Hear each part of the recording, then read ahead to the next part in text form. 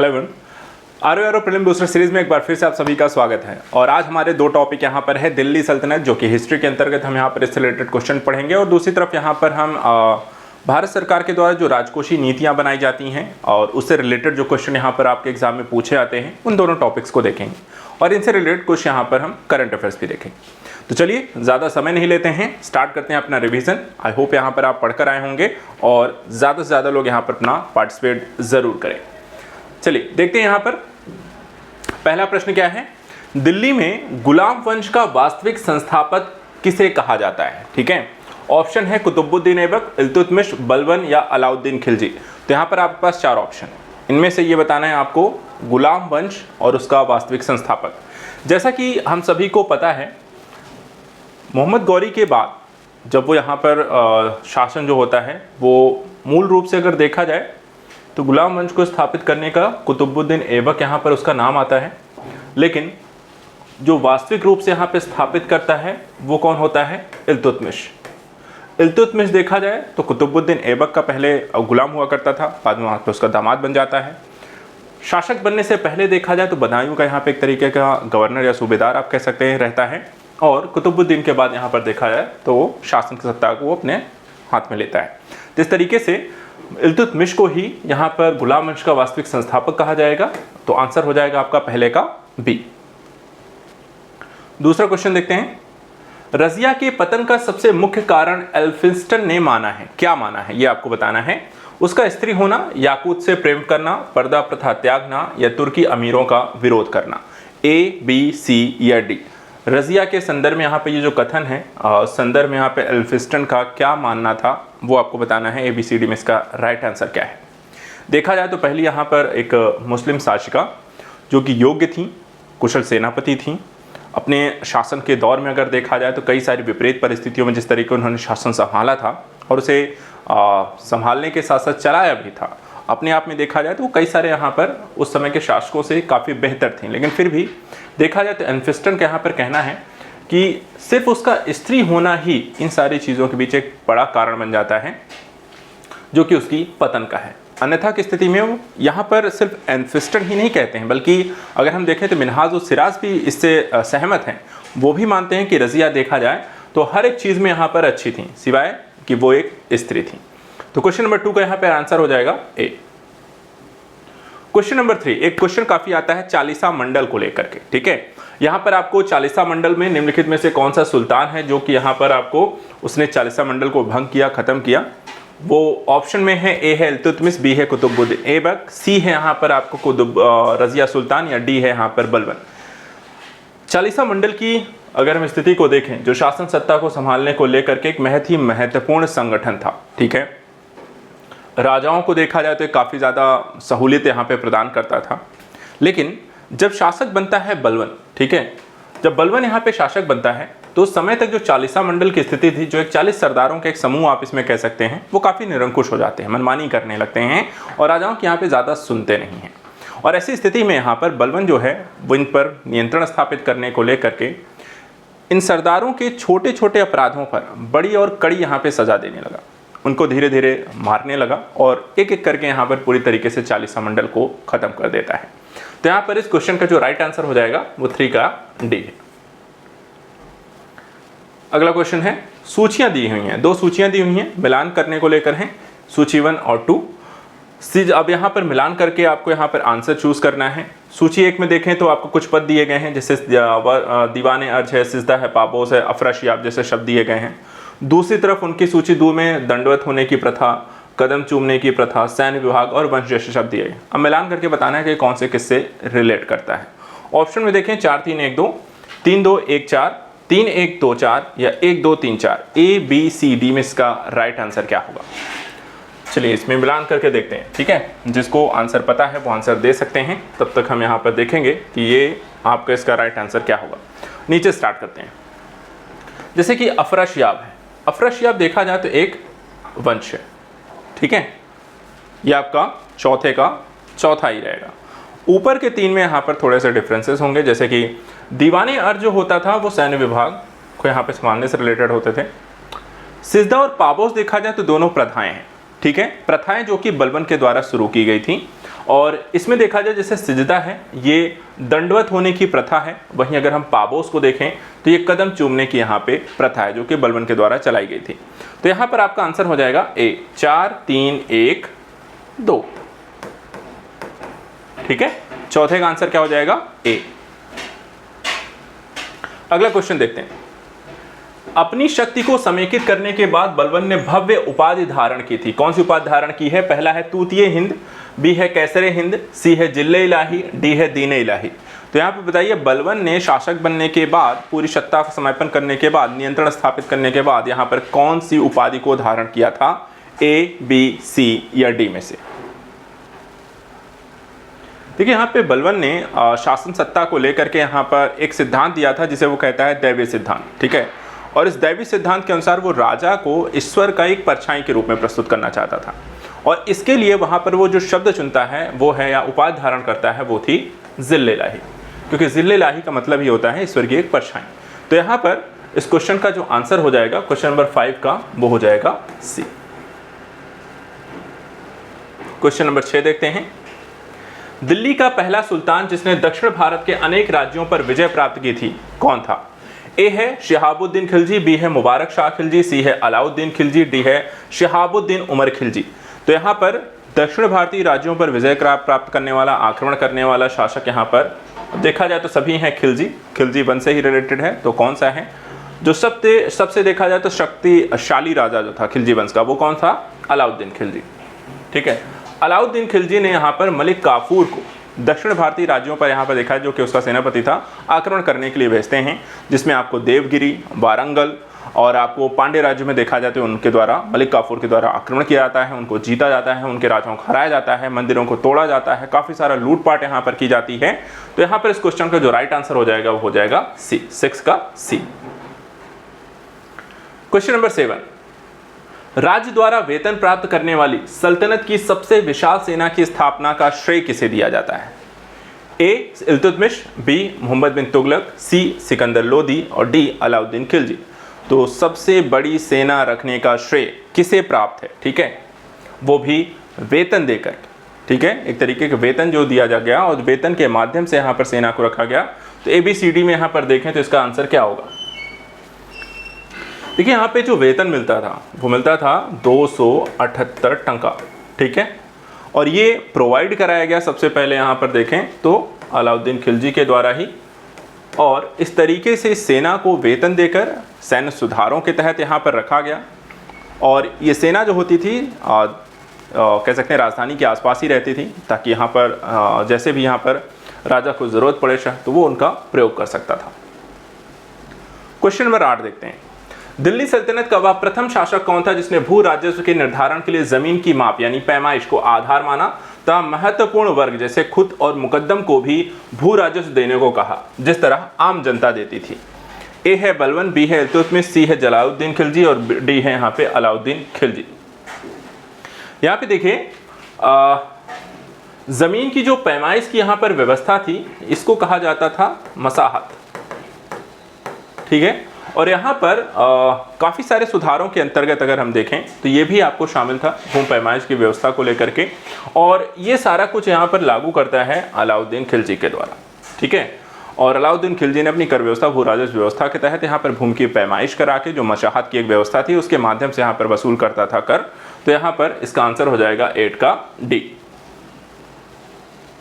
अगला है दीवाने रियासत का कार्य था, क्या कार्य था? ए गुप्तचर विभाग पर नियंत्रण, बी सैनिक भर्ती का कार्य, सी व्यापारी वर्ग पर नियंत्रण, डी सत्ता संचालन का कार्य। तो दीवानी रियासत जैसे देखा जाए तो दिल्ली सल्तनत के शासनकाल में कई सारे अलग अलग पदों के यहाँ पर सृजन किए गए थे, और हर एक शासनकाल में देखें चाहे वो गुलाम वंश हो या फिर हम खिलजी वंश को देखें या फिर आगे चल के हम देखते हैं यहाँ पर आपके लोधी वंश है, मुगल वंश आएंगे, ठीक है, आपको तुगलक वंश आएंगे, तो वहाँ पर अलग अलग शासनकाल में ऐसे कई सारे पदों को लेकर भी क्वेश्चन आपके एग्जाम में बनते हैं। दीवानी रियासत को लेकर के जो यहाँ पर आपका क्वेश्चन है उसका आंसर हो जाएगा आपका सी, व्यापारी वर्ग पर नियंत्रण रखने को लेकर दीवानी रियासत पद को यहाँ पर खिलजी अर्थात कि अलाउद्दीन जो खिलजी हैं उनके द्वारा ये पद यहाँ पर सृजित किया गया था। तो क्वेश्चन नंबर 9 का आंसर हो जाएगा सी। क्वेश्चन नंबर 10 देखते हैं। निम्नलिखित में से किस सुल्तान ने बाजार सुधार लागू किया? जलालुद्दीन खिलजी, अलाउद्दीन खिलजी, मोहम्मद तुगलक और बलबन। क्वेश्चन नंबर 10 का आंसर क्या होगा? ए, बी, सी, डी में से। आसान है। जितनी भी प्रक्रियागत चीज़ें हैं देखा जाए तो खिलजी वंश में यहाँ पर कई सारे सुधार हम देखने को मिलते हैं, चाहे वो सैन्य सुधार हो, केंद्रीकृत शासन व्यवस्था हो, बाजार व्यवस्था हो, या फिर देखा जाए सैनिकों को हुलिया रखने को लेकर हो, घोड़ों की को दागने की प्रथा हो, या फिर भूमि की पैमाइश जैसी व्यवस्थाएं हों। तो एक नहीं बल्कि कई सारे सुधार हों, चाहे वो न्यायिक स्तर पे हों, सैनिक स्तर पे हों, प्रशासन के स्तर पर हों, राजस्व स्तर पर हों, कई सारे सुधारों को यहाँ पर हमने देखा है। तो इसमें यहाँ पर जो क्वेश्चन पूछा गया, बाजार सुधार व्यवस्था किसने लागू की है, वो भी यहाँ पर देखें। क्वेश्चन नंबर 10 का आंसर हो जाएगा आपका बी, यानी कि अलाउद्दीन खिलजी के द्वारा। ठीक है, चलिए अब इकोनॉमी पे आ जाते हैं। इकोनॉमी का क्वेश्चन आ गया। 10 हमने क्वेश्चन आपके दिल्ली सल्तनत को लेकर देखे हैं। कुछ क्वेश्चन और भी देखें, यहाँ पे हमने खिलजी वंश तक के क्वेश्चन देखे हैं, बाकी के जो हैं वो हम कल के क्वेश्चन में यहाँ पर देखेंगे। आपके जैसे तुगलक वंश है, आपके लोधी वंश है, तो उनको हम आगे के नेक्स्ट लेक्चर यानी कल देखेंगे। भारत के सकल घरेलू उत्पाद में नीचे दिए गए भिन्न क्षेत्रों के योगदान का कौन सा एक सही क्रम है? ठीक है, सेवा उद्योग कृषि, सेवा कृषि उद्योग, उद्योग सेवा कृषि, उद्योग कृषि सेवा। तो भारतीय अर्थव्यवस्था में, भारतीय जीडीपी में सबसे ज्यादा योगदान देने का सही क्रम यहाँ पर क्या है? परसेंटेज वाइज देखें, सबसे ज्यादा योगदान किसका होता है? हम सबको पता है सबसे ज्यादा किसका होगा? सेवा सेक्टर का, उससे कम उद्योग सेक्टर का, उससे कम कृषि सेक्टर का। तो यहाँ पर देखें तो सेवा, उद्योग, कृषि यानी कि ए, बी, सी। तो आंसर हो जाएगा ए। चलिए अगला क्वेश्चन देखते हैं। देखिए एक क्वेश्चन लगातार चर्चा में के विषय में, एनपीएस वर्सेस ओपीएस, इसको लेकर एक वीडियो मैंने बनाया है, आई होप आपने देखा होगा। उसको लेकर देखें, क्वेश्चन यहाँ पे है, निम्नलिखित में से कौन राष्ट्रीय पेंशन प्रणाली यानी एनपीएस में सम्मिलित हो सकता है? ए, केवल केवल निवासी भारतीय नागरिक, बी, केवल 21 से 55 आयु तक की व्यक्ति, सी, राज्य सरकारों के सभी कर्मचारी जो संबंधित राज्य सरकारों के द्वारा अधिसूचना किए जाने की तारीख के पश्चात सेवा में आए, और डी, सशस्त्र बलों समेत केंद्र सरकार के सभी कर्मचारी जो 1 अप्रैल 2004 को या उसके बाद सेवाओं में आए। तो यहाँ पर आप देखें निम्नलिखित में से कौन राष्ट्रीय पेंशन प्रणाली में सम्मिलित हो सकता है, इसको लेकर के यहाँ पे एक क्वेश्चन है। देखा जाए तो प्रक्रियागत चीजों में काफी सारे यहाँ पर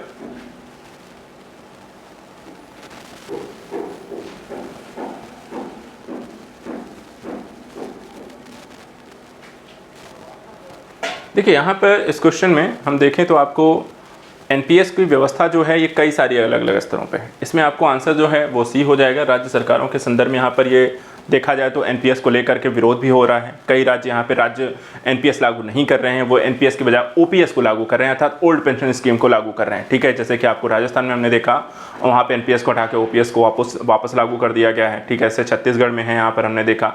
तो आपको उत्तराखंड में भी आपको देखें तो यहाँ पर कई सारे राज्य हैं, आपको जो उत्तराखंड नहीं हिमाचल में जैसे, तो वहाँ पर कई सारे राज्य हैं जो कि आपको एनपीएस को वर्तमान समय में चेंज करके ओपीएस को वापस लागू कर रहे हैं। लेकिन जो कि क्वेश्चन हमसे पूछा गया था, तो यहाँ पर 12 का आंसर हो जाएगा आपका सी, राज्य सरकारों के संदर्भ में। इसके बाद यहाँ पे देखते हैं क्वेश्चन नंबर 13। निम्नलिखित में से कौन सा संविधान संशोधन अधिनियम जीएसटी यानी कि वस्तु एवं सेवा कर नियमों के कार्यान्वयन के लिए आवश्यक प्रावधान करता है? 101, 102, 103 या 104? तो यहाँ पर बहुत आसान है। हमने जीएसटी को जब लागू किया गया था उसके संदर्भ में यहाँ पर ये संविधान संशोधन किए गए थे, और सबको पता है कौन सा किया गया था।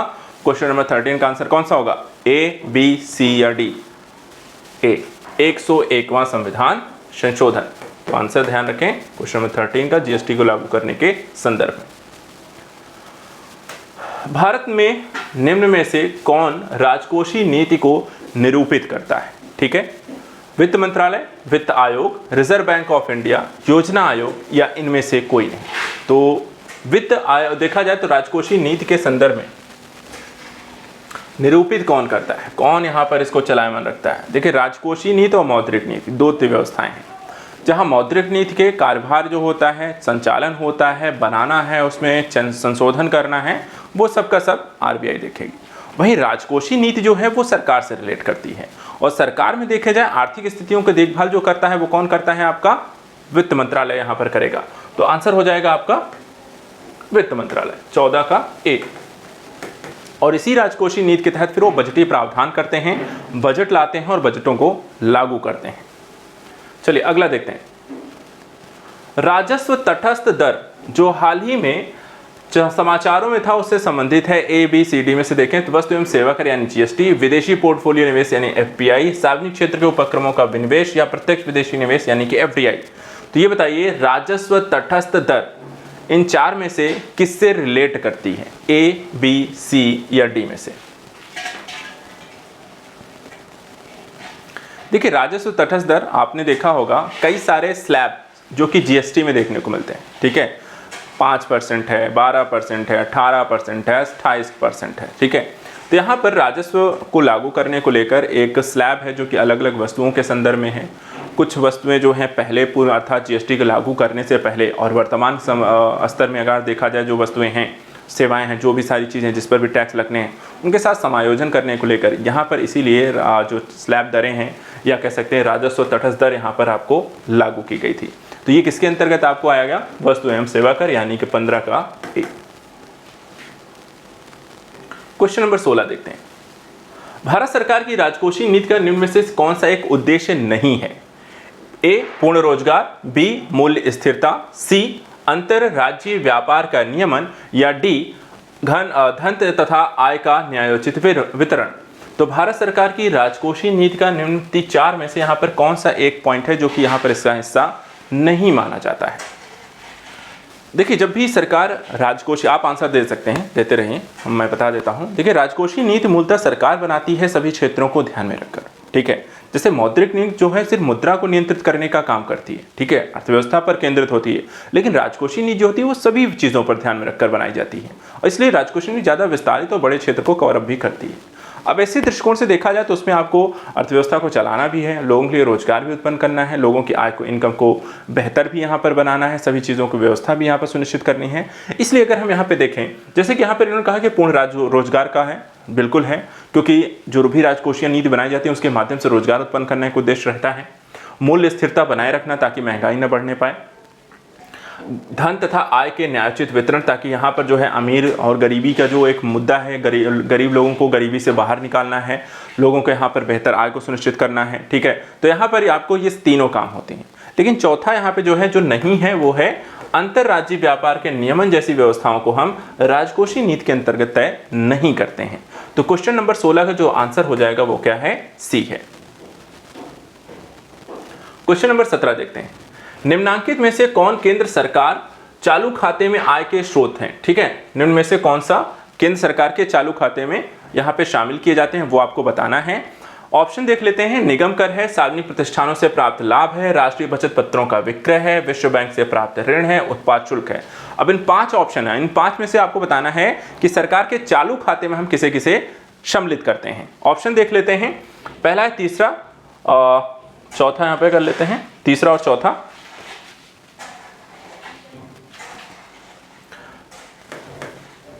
ठीक है, तीसरा चौथा पांचवा, दूसरा तीसरा चौथा और तीसरा या पांचवा। अभी आपको बताना है कि इसमें हम कौन कौन सा आपको शामिल करते हैं, कौन सा यहां पे शामिल नहीं करते हैं।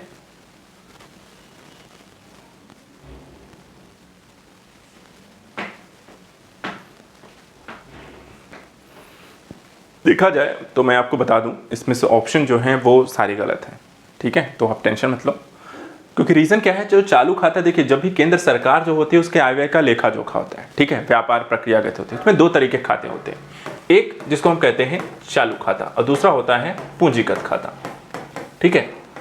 तो यहाँ पे जो चालू खाते के अंतर्गत हम चीज़ों को सम्मिलित करते हैं उसमें आपको आ जाएगा निगम कर, सार्वजनिक प्रतिष्ठानों से प्राप्त लाभ और उत्पाद शुल्क, यानी कि 1, 2 और 5 आएगा। देखा जाए इसमें 1 का ऑप्शन ही किसी में नहीं है, इसलिए यहाँ पर ये सारे गलत हो जाएंगे, ठीक है। 1, 2, 5 आएगा, तो ये 3 आपको चालू खाते के अंतर्गत आएंगे, 1, 2 और 5।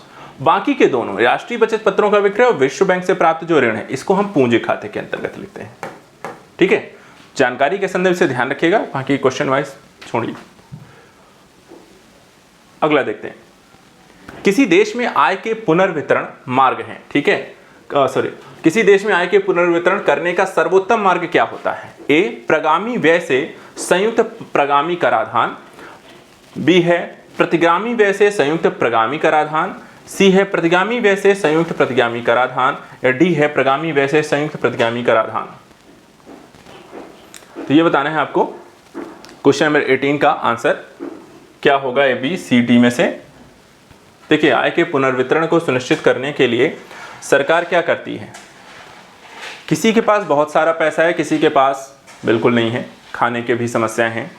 ऐसी स्थिति में अमीर और गरीब की स्थिति, किसी के पास बहुत ज़्यादा पैसा है तो सरकार क्या करती है? लगाती है टैक्स।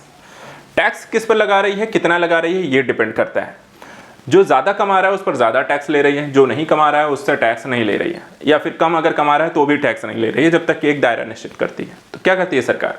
सरकार लगाती है कर की व्यवस्था, जिसको हम कहते हैं प्रगामी, प्रोग्रेसिव टैक्स। प्रोग्रेसिव टैक्स का मतलब होता है जिसकी जितनी आय बढ़ती जाएगी सरकार उससे उतना ही टैक्स ज़्यादा वसूल करेगी। यानी कि अगर 1000 है तो हो सकता है आपको कोई टैक्स नहीं देना पड़ रहा है। 2000 आपकी इनकम हो गई तो उन्होंने कहा हम 1% लेंगे। आपकी 5000 हो गई तो कहे 5% लेंगे। आपकी 10,000 हो गई तो हम 10% लेंगे। तो क्या होता है, जैसे जैसे आय बढ़ रही है उससे उससे टैक्स का स्लैब की दर भी आपको बढ़ जाती है, जो वर्तमान समय भारत की एक कर व्यवस्था है। अब इससे क्या होता है, जिससे अगर ज़्यादा टैक्स वसूल कर रही है तो सरकार पास जो ज़्यादा पैसा आया वो पैसा वो क्या इन्वेस्ट कर रही है, जिसके पास पैसा नहीं जा रहा है उसको किसी न किसी योजना के माध्यम से, किसी अन्य तरीके के माध्यम से उस तक यहाँ पहुँचाने का करते हैं। इसी को कहते हैं आय का पुनर्वितरण, एक जगह से लेना और उसको दूसरी जगह तक पहुँचाने की व्यवस्था। तो इसको लिए क्या सबसे बेहतर तरीका होता है, वही यहाँ पे क्वेश्चन आपसे पूछा गया। तो इसका आंसर हो जाएगा ए, प्रगामी व्यय से संयुक्त प्रगामी कराधान तक। क्वेश्चन नंबर 18 का, इसे हम इंग्लिश में आपको ध्यान रखना है तो प्रोग्रेसिव टैक्स को यहाँ पे ध्यान रखिएगा, जो कि यहाँ पर वर्तमान समय भारत में लागू भी है। 18 का ए। क्वेश्चन नंबर 19 देखते हैं। सूची 1 और 2 को यहाँ पर मिलान करके कूट का यहाँ पे चयन करना है। सूची 1 में पद दिया है, जैसे राजकोषीय घाटा, बजटीय घाटा, राजस्व घाटा और प्राथमिक घाटा। सूची 2 में देखें तो उसकी व्याख्या दी गई है। पहला है राजकोषीय घाटा का मतलब कुल प्राप्तियों की तुलना में कुल व्यय की अधिकता। बजटीय घाटा राजस्व प्राप्तियों की तुलना में राजस्व व्यय की अधिकता। राजस्व घाटा कहता है कि ऋण आदानों को घटाकर कुल प्राप्तियों की तुलना में कुल व्यय की अधिकता। और डी कहता है कि प्राथमिक घाटा जो है ऋण आदानों और ब्याज अदायगियों को घटाकर कुल प्राप्तियों की कुल व्यय की अधिकता।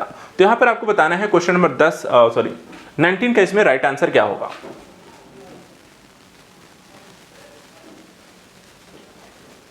देखिए क्वेश्चन काफी आता है जब भी आप बजट पढ़ते हैं, और हर साल बजट आता भी है।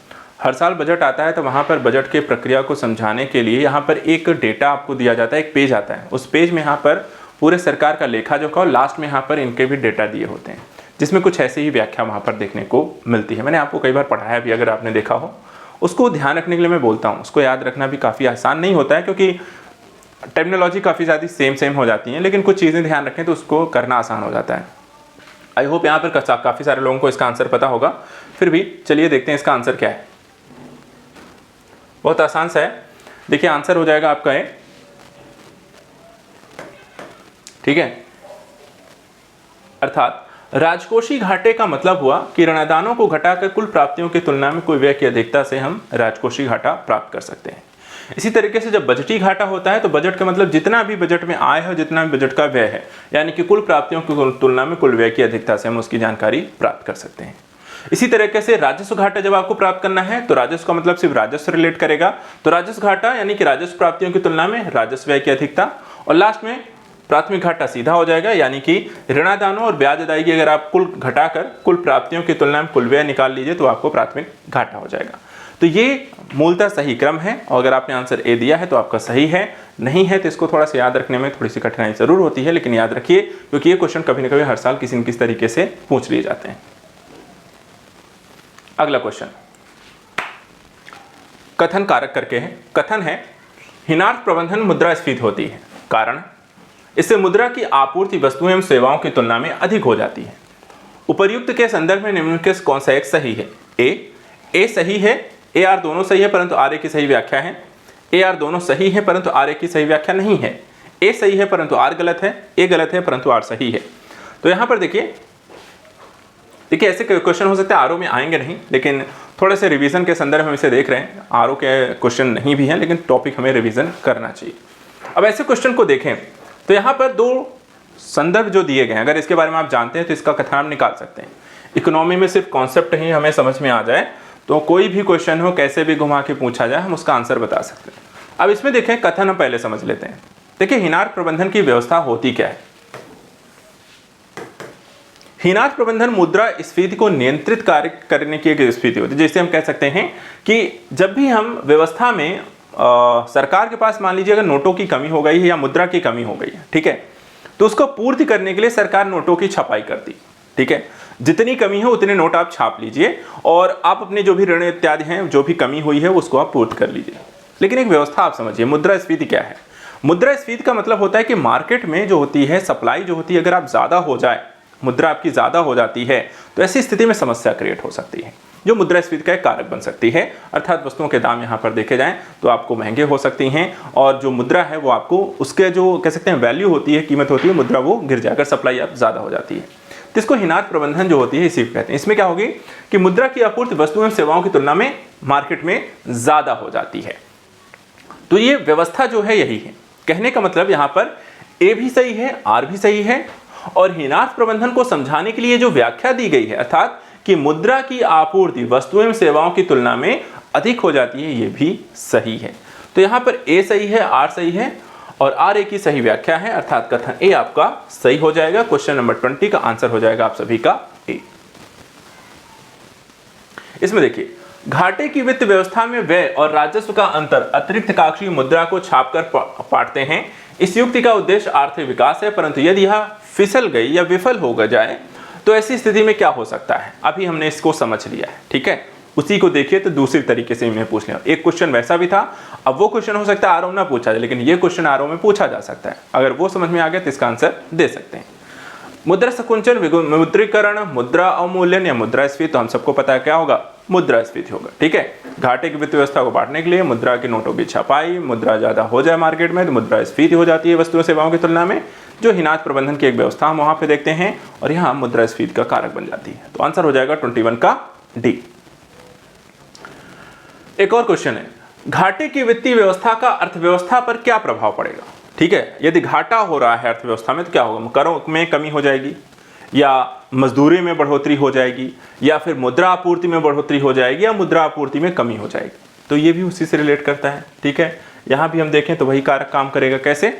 पूछा क्या गया कि घाटे की वित्तीय व्यवस्था अर्थव्यवस्था पर क्या प्रभाव पड़ाएगी। तो जब घाटे की व्यवस्था है, आप मुद्रा की क्या करेंगे, नोटों की छपाई करेंगे, उससे मार्केट में क्या होगा, मुद्रा आपूर्ति की बढ़ोतरी हो जाएगी। सीधा सा आंसर है, तो सी हो गया। एक ही क्वेश्चन को, एक ही टॉपिक को कई अलग अलग तरीके से पूछा जा सकता है, लेकिन अगर आपको थोड़ा सा समझ आ जाता है तो आप क्वेश्चन कैसे भी पूछ वही रहा है, क्वेश्चन वही है, टॉपिक वही है, सेंटर वही है, बस अलग अलग तरीके से पूछ रहे हैं, ठीक है। तो यहां पर बस वो ध्यान रखना है। क्वेश्चन नंबर 22 का आंसर हो जाएगा सी। अगला देखिए, संसद में बजट संबंधित प्रक्रिया के विषय में मांग की राशि को घटाकर 1 रुपया करना, इस स्थिति को क्या कहा जाता है? आर्थिक कटौती प्रस्ताव, नीति कटौती प्रस्ताव, आधारभूत कटौती प्रस्ताव या सांकेतिक कटौती प्रस्ताव? तो ये बताएं।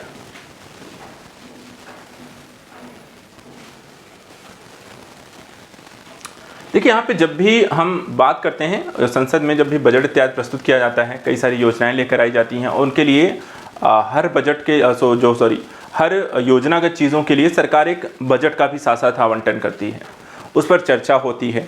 अब बजट में मान लीजिए कोई पक्ष यहाँ पर सहमत नहीं है, संसद में कोई यहाँ पर जो विपक्ष हैं वो सहमत नहीं है, तो वहाँ पर जिससे वो सहमत नहीं है, जिस प्रस्ताव को लेकर या जिस योजना के राशि को लेकर सहमत नहीं है, तो उसको लेकर वो अलग अलग कटौती प्रस्ताव लेकर आ सकते हैं, जिसमें से एक कटौती प्रस्ताव होता है सांकेतिक कटौती प्रस्ताव।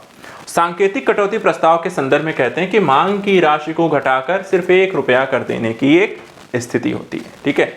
इसी तरीके से यहाँ पर नीतिगत कटौती होती हैं, आधारभूत कटौती, आर्थिक कटौती होती हैं, जिसमें यहाँ पर मुद्रा की राशि को जैसे देखा जाए तो आपको एक मितव्ययिता कटौती होती है, आर्थिक कटौती, जिसमें आपको जो भी राशि आवंटित की गई है उसको कहते हैं कि कम किया जाए, इतना आपको फिजूल खर्ची ज़्यादा कर रहे हो, यहाँ पर इतनी कटौती, यहाँ पर राशि को कम किया जाना चाहिए। एक यहाँ पर है कि भाई आपको नीतिगत कटौती यहाँ पर आपको कर दिया जाए कि चीज़ों को यहाँ पर घटा के 100-200 रुपये तक कर दिया जाए, तो इस तरह की चीज़ें यहाँ पर कटौती प्रस्ताव के अंतर्गत लेकर आते हैं। अगला देखते हैं, धन विधेयक को लेकर के क्वेश्चन, ठीक है। धन विधेयक, मुद्रा विधेयक और इस तरह क्वेश्चन आपको एग्जाम में पूछते हैं। धन विधेयक के संदर्भ में निम्नलिखित में से कौन सा कथन सही नहीं है पहचानना है, ठीक है। पहला, किसी बिल विधेयक को धन विधेयक तब माना जाएगा जब इसमें केवल किसी कर के अधिरोपण, उन्मूलन, माफी, परिवर्तन या विनियमन से संबंधित प्रावधान। दूसरा, धन विधेयक में भारत की संचित निधि एवं भारत की आकस्मिकता निधि की अभिरक्षा से संबंधित उपबंध होते हैं। तीसरा, धन विधेयक भारत की आकस्मिकता निधि से धन के विनियोजन से संबंधित होता है। और चौथा, धन विधेयक भारत सरकार के द्वारा धन के उधार लेने या कोई प्रत्याभूत देने के विनियमन से संबंधित होता है। अब यहाँ पर बताया गया कि कौन सा सही नहीं है। तो अगर हम चारों कथन को पढ़ें तो एक जो कॉन्सेप्ट है जो दूसरे और तीसरे में अगर हम देखें तो थोड़ा सा विरोधाभासी आपको दिख सकता है। देखा जाए तो दूसरा जो कथन कहता है कि धन विधेयक जो है भारत की संचित निधि, भारत की आकस्मिकता निधि की अभिरक्षा से संबंधित उपबंध है, बिल्कुल सही है। और यहीं से आपको एक क्लू भी मिल जाता है जो तीसरे कथन में है। इसमें कहा गया कि धन विधेयक जो है भारत की आकस्मिकता निधि से धन के विनियोजन से संबंधित है, ये गलत है। आकस्मिकता निधि से नहीं होता है। किस निधि से होता है? संचित निधि से विनियोजन होता है। धन विधेयक का विनियोजन किससे होता है? संचित निधि से होता है, ना कि आकस्मिकता निधि से होता है। तो आंसर हो, बाकी यहाँ के अन्य कथन सबके सब सही हो जाएंगे। एक हमें जो गलत पहचानना था वो कौन सा है? 24 का सी। अगला क्वेश्चन देखते हैं। निष्पादन बजट की अवधारणा कहां से ली गई है? ठीक है, जर्मनी से, फ्रांस से, यूके से, संयुक्त राज्य अमेरिका से। निष्पादन बजट की अवधारणा कहां से ली गई है? निष्पादन बजट को लेकर के अवधारणा कहां से प्रस्तुत की गई है? ए, बी, सी, डी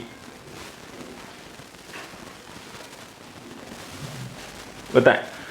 देखा जाए निष्पादन बजट की जो प्रक्रिया लेकर आते हैं, अर्थात एक कार्य पूरा हो जाने के पश्चात जो परफॉर्मेंस एक तरीके से होता है उसके आधार पे बजट को वापस से नेक्स्ट ईयर हम लेकर आते हैं। और ये इस तरीके के बजट देखे जाएं तो कई अलग अलग देशों में यहाँ पर लागू हैं। फिलहाल यहाँ पर देखें तो जर्मनी जैसे देशों में यहाँ पर आपको निष्पादन बजट की प्रक्रिया को लेकर संचालित किया जाता है।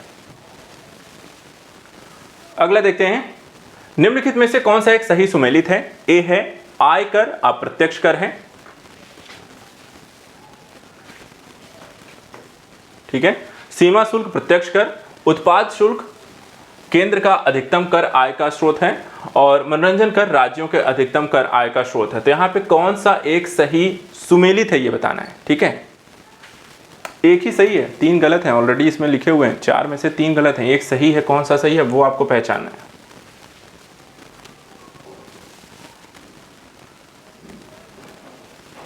देखिए, हम सबको पता है आयकर क्या है? प्रत्यक्ष कर है। और सीमा शुल्क क्या है? अप्रत्यक्ष कर है। अर्थात ये उल्टे हैं, ठीक है। सीमा शुल्क क्या होता है? अप्रत्यक्ष कर है। आयकर क्या है? प्रत्यक्ष कर। ये तो गलत है। हमें एक सही जो है अब इन दोनों में से ही आ जाता है। इन दोनों में अगर हम देखें तो जो मनोरंजन कर लिखा हुआ कि राज्यों का अधिकतम कर आय का स्रोत, ये भी हमें पता है कि राज्य के आय का अधिकतम कर स्रोत मनोरंजन से नहीं आता है, ठीक है। कि तो आंसर हो जाएगा हमारा सी। क्वेश्चन नंबर 26 का आंसर है आपका सी। एक और सूची 1 और 2 को मिलान करें, ठीक है। सूची 1 में देखें, कैपिटल गेन टैक्स आय, सेंट्रल एक्साइज ड्यूटी फैक्ट्री निर्मित वस्तु, कस्टम ड्यूटी आयात, कॉर्पोरेट टैक्स संपत्ति विक्रय। कूट दिया हुआ है, पहला है 4 2 3 1, बी है 1 3 2 4, सी है 3 1 4 2 और डी है 2 4 1 3। इस क्वेश्चन का आंसर बताएं। ए, बी, सी, डी में से राइट आंसर क्या होगा? देखिए, यहां पर जो आंसर है आपका, एक एक करके अगर आप देखें, सबसे पहले हम कैपिटल गेन टैक्स हमेशा किस पे लगता है? आपकी खरीदी हुई संपत्ति और उसको बेचने के संदर्भ में हमेशा कैपिटल गेन टैक्स लगता है। और वहीं कॉर्पोरेट टैक्स को अगर हम देखें तो वो किस पे लगता है? आय पे लगने वाला टैक्स है। अब बचे आपके सेंट्रल एक्साइज ड्यूटी, तो बिल्कुल सही है, ये फैक्ट्री निर्मित वस्तुओं पे लगता है। और कस्टम ड्यूटी जो है वो भी किसी चीज के आयात पे लगती है, ठीक है। तो यहां पर आपका आंसर हो जाएगा कि 4 2 3 1, यानी कि ए आंसर।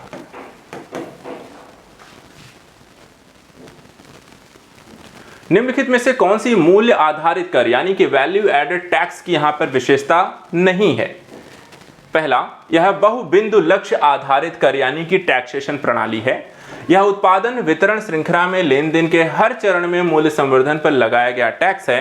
यह वस्तुओं और सेवाओं के अंतिम उपभोग पर लगाया गया टैक्स है जिसका वहन अंततः उपभोक्ताओं को करना पड़ता है। और यह मूलभूत रूप से केंद्र सरकार का विषय है और राज्य सरकारों का दायित्व इसे सफलता के साथ लागू करने तक सीमित है। तो यहां पर आप देखना है आपको वैट के संदर्भ में कौन सा एक सही नहीं है। देखिए, वैट मूलतः हम सबको पता है कि राज्य सरकार के संदर्भ में आता है, केंद्र सरकार का यहाँ पर इससे कोई लेना देना नहीं होता है। तो यहाँ पर आपका चौथा ही कथन आपको गलत हो जाएगा और आपका आंसर भी हो जाएगा डी। बाकी के तीनों यहाँ पर आपका कथन सही है कि बहुबिंदु लक्ष्य आधारित कर है, उत्पादन वितरण श्रृंखला में लेन देन के हर चरण में लागू होता है और वस्तुओं सेवाओं के अंतिम उपभोग पर यहाँ पर इसका वहन किया जाता है। तो ए बी सी सही है, डी गलत है, तो आंसर हो जाएगा आपका डी। चलिए अगला क्वेश्चन है, चलैया समिति का संबंध किससे है? प्रत्यक्ष एवं अप्रत्यक्ष कर सुधार, बैंकिंग प्रणाली में सुधार, आयात निर्यात नीति, इनमें से कोई नहीं। देखो इसको लेकर बैंकिंग प्रणाली हमने एक क्वेश्चन देखा था, उसमें चलैया इससे पहले हमने एक वीडियो में, तो वहाँ पे चलैया समिति को लेकर कई सारी समितियाँ उनके सुझाव मिलान करने को लेकर के था। तो यहाँ पर ये क्वेश्चन आया है चलैया समिति को लेकर के। इसका सीधा सा जो आंसर इसमें बनेगा वो है प्रत्यक्ष एवं प्रत्यक्ष कर में सुधार को लेकर के यहाँ पर लागू किया गया था 1991 में। जो राजकोषीय सुधार को लेकर समिति की चलैया समिति को यहाँ पर गठित किया गया था 1991 में, जो कि यहाँ पर इस सुधार यानी कि प्रत्यक्ष अप्रत्यक्ष कर में कैसे सुधार लाया जाए उससे संबंधित है। चलिए अगला क्वेश्चन है, कुछ करंट के क्वेश्चन चलते चलते देख लेते हैं। ऊर्जा अर्थव्यवस्था एवं वित्तीय संस्थान यानी कि IEEFA क्या है? ए, गैर लाभकारी अनुसंधान संगठन जो ऊर्जा बाजारों, नीतियों, निवेश एवं विश्लेषण एवं टिप्पणी प्रदान करती है। पी, संयुक्त राज्य अमेरिका में ऊर्जा क्षेत्र को विनियमित करने हेतु उत्तरदायी एक सरकारी एजेंसी है।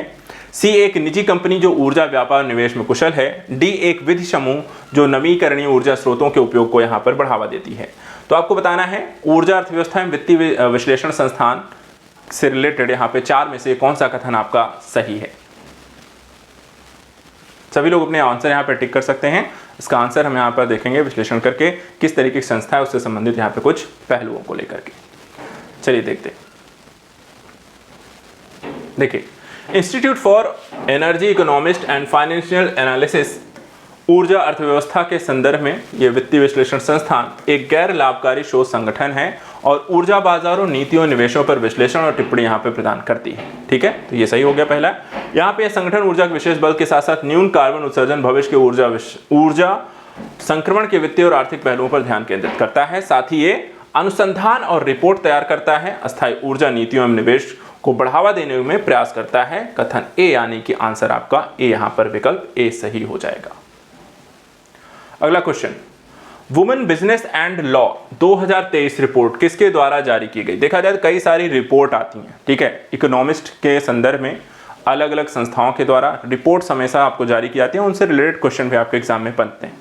ठीक है, ऐसे ही एक रिपोर्ट है यहाँ पर women business and law 2023 report निम्नलिखित किसके द्वारा जारी की गई? विश्व बैंक, UNDP, ब्रिक्स, विश्व आर्थिक मंच। चलिए देखते हैं।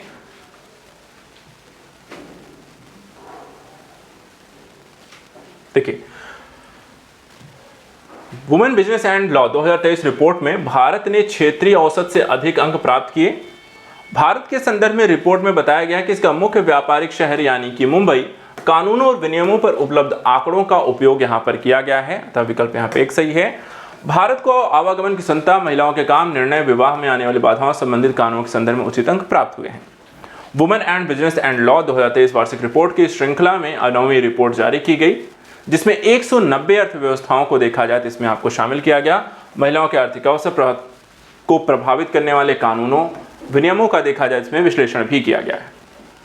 Women business and law data वर्ष 1971 से 2023 तक की अवधि के लिए उपलब्ध है और इसमें देखा जाए तो 8 संकेतक प्रयोग किए गए हैं। आवागमन की स्थिति, कार्यस्थल, वेतन, विवाह, मृत्यु, सत्तात्मा, उद्यमिता, संपत्ति और पेंशन जैसी वस्तुओं को इसमें शामिल किया गया है। एक और question, funds for startups FFS योजना के संदर्भ में निम्नलिखित कथनों पर विचार कीजिए। पहला, वित्त मंत्रालय FFS के लिए संचालन एजेंसी है और दूसरा, इसका उद्देश्य केवल शुरुआती चरण में स्टार्टअप्स के लिए पूंजी उपलब्ध कराना है। उपरोक्त कथनों में से कौन सा सही है? केवल एक, केवल दो, एक और दो, दोनों, ना तो एक और ना ही दो। तो फंड्स फॉर स्टार्टअप्स योजना के संदर्भ में कौन सा कथन आपके लिए सही है वो बताना है, A, B, C, D।